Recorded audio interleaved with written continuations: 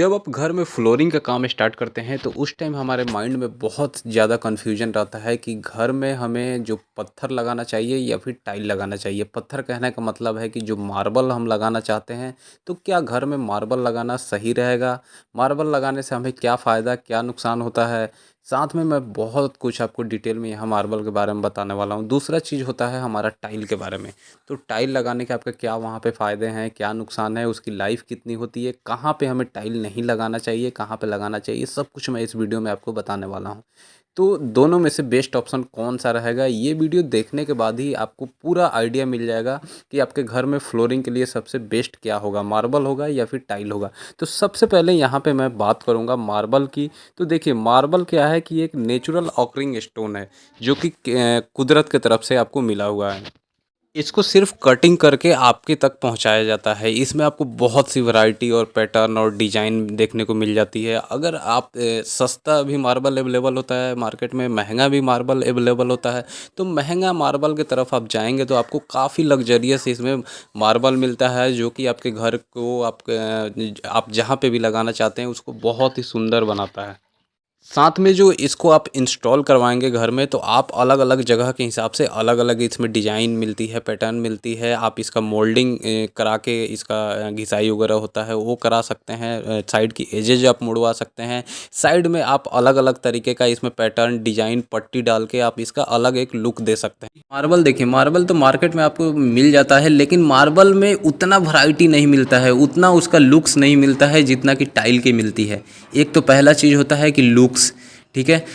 मतलब ज़्यादा पैटर्न, जैसे टाइल में आप देखते हैं कि आपको वुडन पैटर्न की भी टाइल मिल जाती है, आपको कारपेट फिनिश की भी टाइल मिल जाती है, आपको मार्बल ग्रेनाइट फिनिश की भी टाइल मिल जाती है, दाने वाली टाइल मिल जाती है, बहुत ही ग्लॉसी यानी चमकता हुआ टाइल मिल जाता है, non glossy matte finish tile, आपको जैसे कि एंटी स्किड टाइल चाहिए बाथरूम के लिए तो वो चीज़ मिल जाती है। लेकिन मार्बल में इतने सारे वैरायटी आपको नहीं मिलते हैं, ठीक है। दूसरी बात ये होता है कि मार्बल देखिए, आपको दुकान वाले कभी नहीं बताते हैं, वो कहते हैं कि बहुत ही सॉलिड चीज़ है, आपको देखने में भी बहुत सॉलिड लगता है एक ग्रेनाइट की तरह, लेकिन ग्रेनाइट का एडवांटेज बहुत ही ऊपर है मार्बल से।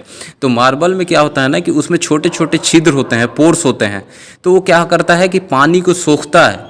पानी को सोखेगा तो वो क्या होता है कि जैसे इस रूम में देखिएगा कि मार्बल वहाँ पे पीला पड़ने लगा है, साइड साइड में वो दीवार में भी वहाँ पे पानी को जब वो सोखेगा तो दीवार में वाकई बात है वहाँ सीलन उठ रहा है। तो सीलन आप देख सकते हैं पूरे दीवार में पानी को ऑब्जर्व कर रहा है, अब दीवार भी वहाँ से पानी को सोखने लगा है। तो इस तरीके से घर में बहुत नुकसान हो रहा है। दूसरी बात ये कि कुछ दिनों बाद देखा जाता है कि मार्बल जो थोड़ा सा ड्यूरेबिलिटी यानी कि जो उसका स्ट्रेंथ होता है वो ज़्यादा मजबूत नहीं होता है ग्रेनाइट के मुकाबले। तो जो मार्बल होता है वो मतलब भारी चीज़ जैसे आप किचन वगैरह में लगाते हैं, अगर गैस सिलेंडर वगैरह उसमें पटक देते हैं या अलमारी वगैरह रख देते हैं, कई बार क्या होता है वहाँ से चिपिंग यानी उखड़ने लगता है, कई कई से वो टूट टूट के वहाँ से, फिर कई बार उसके कॉर्नर टूट जाते हैं, फिर उसमें क्रैक आ जाता है। तो ये चीज़ भी होता है उसमें। तो एक बार जब उसमें क्रैक या चिपिंग हो जाता है तो फिर आप उस मार्बल को बदलना पड़ता है। फिर दूसरी बात ये कि उसका बार बार आपको जो मेंटेनेंस और क्लीनिंग का जो चीज़ होता है ना, वो काफ़ी उसमें ज़्यादा होता है, क्योंकि मार्बल बहुत जल्दी वहाँ पे गंदी होती है।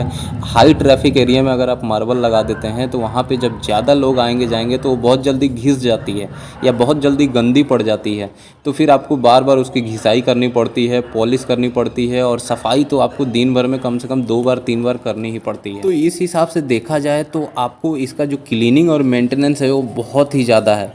तो लेकिन वही है कि अगर मार्बल आपको अपने फ्लोर में लगानी है और आप चाहते हैं कि आपका 20 से 25 साल मार्बल चले, तो आपको नेचुरल मार्बल जो अच्छी क्वालिटी का आता है, मैं यहाँ बोल रहा हूँ अच्छी क्वालिटी का जो मार्बल आता है जिसका रेट कम से कम 80 से 100 रुपये से ऊपर होती है, तो वो आपको मार्बल लेनी है। मार्बल में एक दिक्कत और है कि वो स्क्रैच रेसिस्टेंट नहीं होता है, उसमें दाग धब्बे जल्दी आ जाते हैं। अब मान लीजिए मार्बल आप अगर किचन वगैरह में यूज करते हैं या घर में ही यूज करते हैं, और एसिडिक फूड जो होता है या फिर बहुत सारे एल्कलाइन होते हैं, अगर उस पर वो लगता है तो वो क्या होता है उसमें दाग धब्बे आ जाते हैं। तो ये एक तो स्टेन रेसिस्टेंट नहीं होता है, दूसरा बात स्क्रैच रेसिस्टेंट नहीं होता। तो जब एक चीज़ और यहाँ पे बहुत ही इसका बड़ा फैक्टर होता है जो कि टाइल में नहीं होता है, वो ये होता है कि एक तो मार्बल आपको 80 से 100 रुपये स्क्वायर फीट आप लेते हो।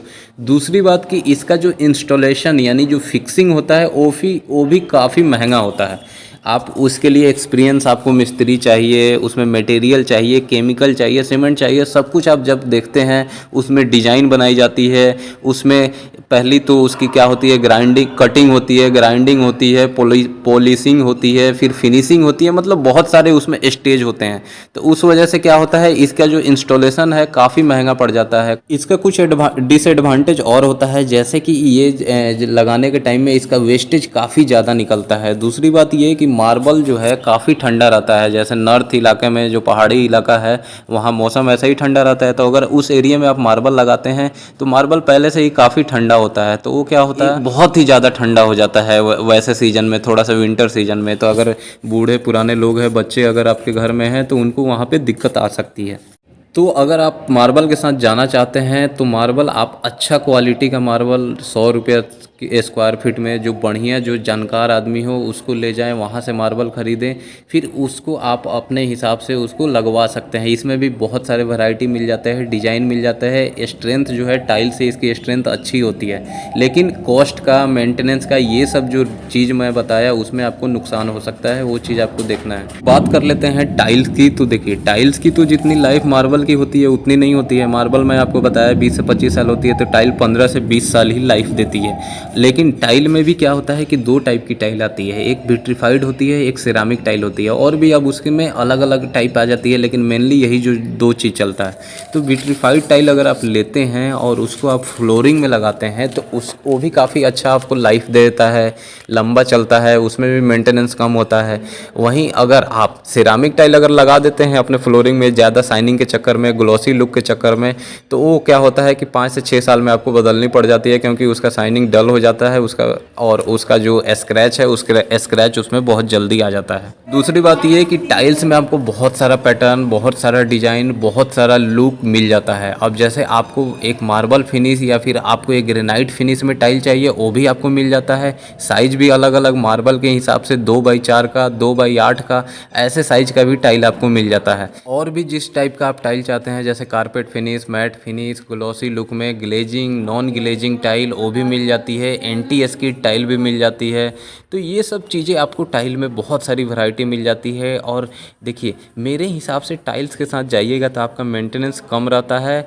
और दूसरी एक और चीज़ होती है कि अगर मान लीजिए आपका जैसे बाथरूम में आप अगर मार्बल लगा देते हैं या रूम में लगाते हैं, अगर पानी वहाँ पे ज़्यादा गिरता है तो मार्बल क्या है, स्लिपरी चीज़ है, बहुत जल्दी आप वहाँ पे स्लिप हो सकते हैं। जबकि टाइल में बहुत सारा वैरायटी आता है, विट्रीफाइड टाइल आता है, एंटी स्किड टाइल आती है जो ग्रिप बनाता है, तो वहाँ से आपको स्लिप होने का डर नहीं होता है। तो इस तरीके से देखा जाए तो टाइल में आपको काफ़ी ऑप्शन मिल जाते हैं, क्वालिटी भी काफ़ी मिल जाती है। और दूसरी बात ये कि जो इंस्टॉलेशन होता है टाइल का वो सस्ता होता है। मार्बल का आपका इंस्टॉलेशन में 200 से 250 रुपये प्रति स्क्वायर फीट पड़ता है। वहीं जो एक आप अच्छी टाइल लेते हैं तो आपको मार्केट में वो ज़्यादा से ज़्यादा, जैसे बढ़िया टाइल का ब्रांड है कजारिया का, वर्मोरा का, सोमानी का, तो ये आपको 50 से 60 या 60 से 70 रुपये स्क्वायर फीट पड़ता है। और इंस्टॉलेशन वगैरह सब कुछ लेके ज़्यादा से ज़्यादा ये आपको 90 से 100 रुपये तक जाता है। तो इस हिसाब से देखा जाए तो इंस्टॉलेशन भी टाइल की काफ़ी अच्छी है। तो टाइल में आपको वैरायटी, उसका लाइफ और उसका जो इंस्टॉलेशन वगैरह सब कुछ एक मिला के देखा जाए, अलग अलग पैटर्न, अलग अलग लुक, अलग अलग साइज मिल जाती है।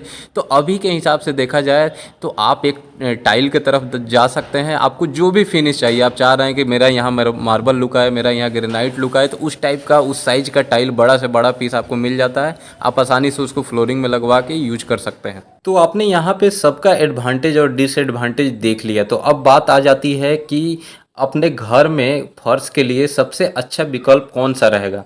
तो अगर आप लॉन्ग लाइफ और ड्यूरेबिलिटी मटेरियल चाहते हैं तो आपके घर के लिए सबसे अच्छा ग्रेनाइट या मार्बल है, लेकिन कॉस्ट इन दोनों की महंगी होती है। अगर मान लीजिए कि टाइल्स लगाने में आपके घर में अगर 50,000 रुपये, अगर 1,000 स्क्वायर फीट में अगर आप टाइल लगवाते हैं तो 50,000 रुपये का खर्चा हो रहा है।